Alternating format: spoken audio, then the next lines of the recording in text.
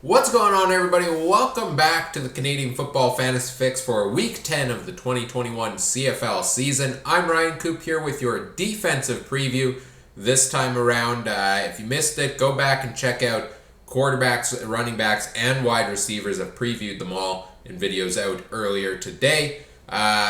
Quick note on CFL Fantasy for this week. The first game of the week comes Wednesday between the Toronto Argonauts and the Ottawa Red Blacks. And both teams do play 2 games this week, and both games count for your fantasy totals. The prices have been adjusted accordingly. So make sure you get your lineup set before Wednesday night's game. I'll have a depth chart out Wednesday afternoon as well to help you get all set for that game. Let's dive into the defenses and take a look at the options this week. I think there's some good ones. I think there's some potential ones. And I think there's some clear ones to stay away from. And it starts at the top of the charts with the Winnipeg Blue Bombers are the most expensive defense at $5,300.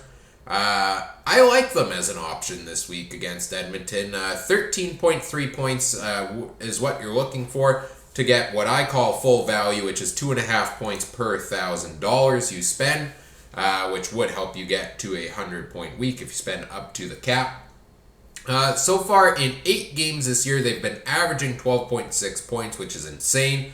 Outside of one game against Calgary in Week 4 where they put up just 3, their lowest total since that, besides that, has been 11. So they've been right there at least giving you, 10 points, I guess, in Week 6 was their lowest. They've been right there giving you pretty close to full value each and every week. Last week against BC, a team that had given up pretty low totals to defenses so far. They put up 12 points in that game. A couple weeks ago against Edmonton, they put up 23. Defenses against Edmonton this year have given up, they've been the worst team against defenses besides Ottawa, giving up 10.4 points. I love the matchup this week. I'm a bit concerned that, Trevor Harris coming back maybe lights some things on fire for Edmonton, and they start getting going more effectively. But I do think the Bombers' defense is always a good play, especially now that they have Steven Richardson and Kyrie Wilson back. 2 huge pieces back on the defensive side of the ball there. I'm cautious on the Riders' defense this week. I have them as a yellow light. They are facing Calgary, same as last week. Last week against Stampeders, they put up just 5 points. So I do expect the team to be a little better, their offense to be a little better this week, which should help things out. But I think 13 points is a high point total to hit. I think Saskatchewan can do it. We've seen them put a couple weeks up around 11 or 12, but we've also seen a few more weeks. In the 3 of their last 5 weeks have been 5 points or under. So it depends to me which Riders defense is going to show up. I think they're pretty decent value. I think they can get close to the point total you're looking for, but based off of last week's performance against Calgary, I say stay cautious on them. If you're going to go high-priced on defense, I like either Winnipeg or I like Hamilton better. And speaking of the Hamilton defense, $4,555, 11.4 points is your full value threshold there. Last week against Montreal, they put up 9 points in the 2 games before that, 14 against Calgary, 18 against Ottawa, and in their 2 games against Toronto, they've put up 14 and they've put up 5. So kind of up and down in those 2 against the team they're playing this week, which is Toronto. But they do get Toronto off of a second game in 4 or 5 days.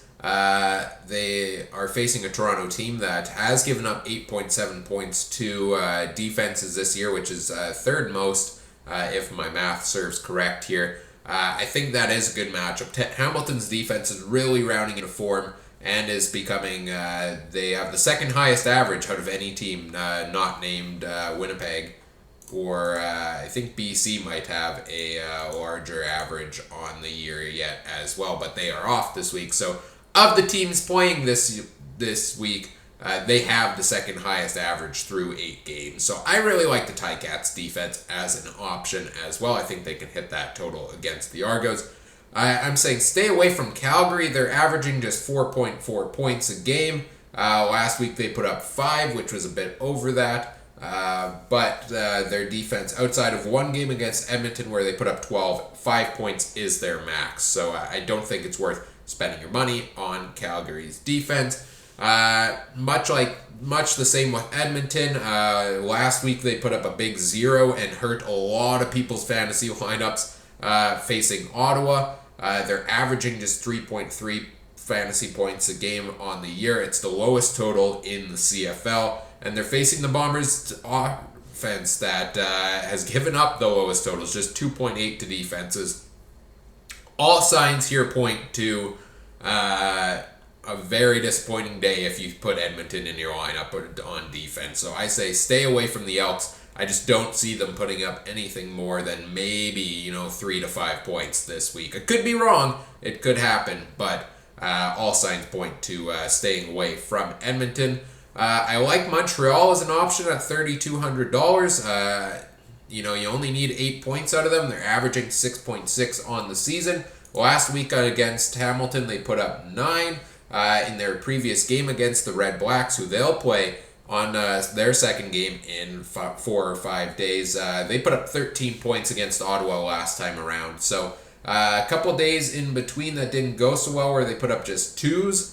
But I do think it's pretty low price. The offensive line is a little bit shaky for Ottawa. I think Montreal can rack up a couple sacks and maybe a turnover or 2 there in that game against the Red Blacks. So I like Montreal's defense this week as well.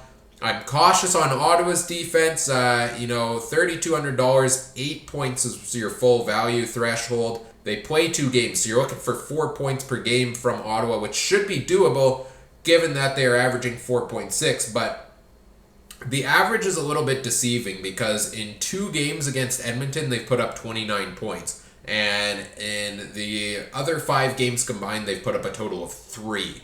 So it seems this Ottawa defense can only put the points up against Edmonton so far this year. So I say stay cautious on them just because they haven't given you proper value in every other week on the year. They're also facing a Montreal team that has given up just 5.1 points to defenses this year, which is a bit on the lower end, second best out of behind the Bombers. Toronto's offense 8.7. That's a decent amount, but I would stay cautious on Ottawa's defense this week. I think there are better options in the other low-priced options if you're looking to save money there. And the one I really like probably the most is the Toronto defense at $3,200. 8 points is what you're looking for. Again, much like Ottawa, 4 points in each game. They're averaging 5 points a game on the year. They've got the matchup with Ottawa, which is seemingly should be a decent matchup.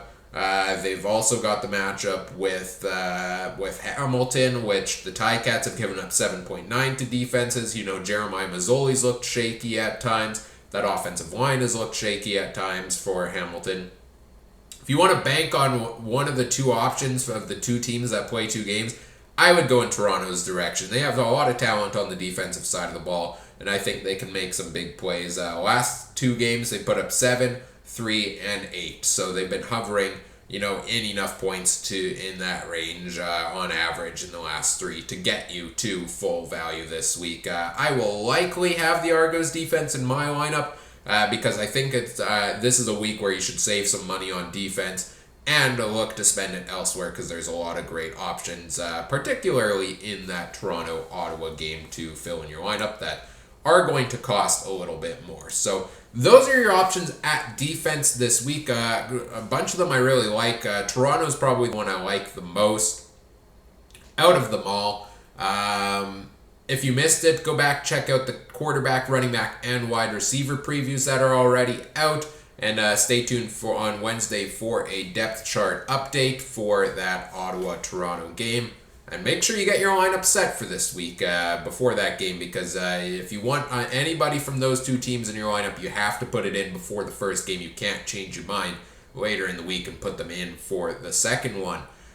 Do all the YouTube things, like, comment, subscribe. Let me know what you liked, what you didn't. If you have any fantasy questions, put them in the comments section or tweet them at me at CooperTrooper42, which starts with a K. A link to it's in the description. And if you want to play CFL Fantasy alongside myself and other viewers, check out the description as well. There's a link to the official group for the Canadian Football Fantasy Fix over at the CFL Fantasy site. You can play alongside myself and other viewers this week and every week throughout the 2021 CFL season. As always, thanks for watching. Take care. Have a good one. Bye.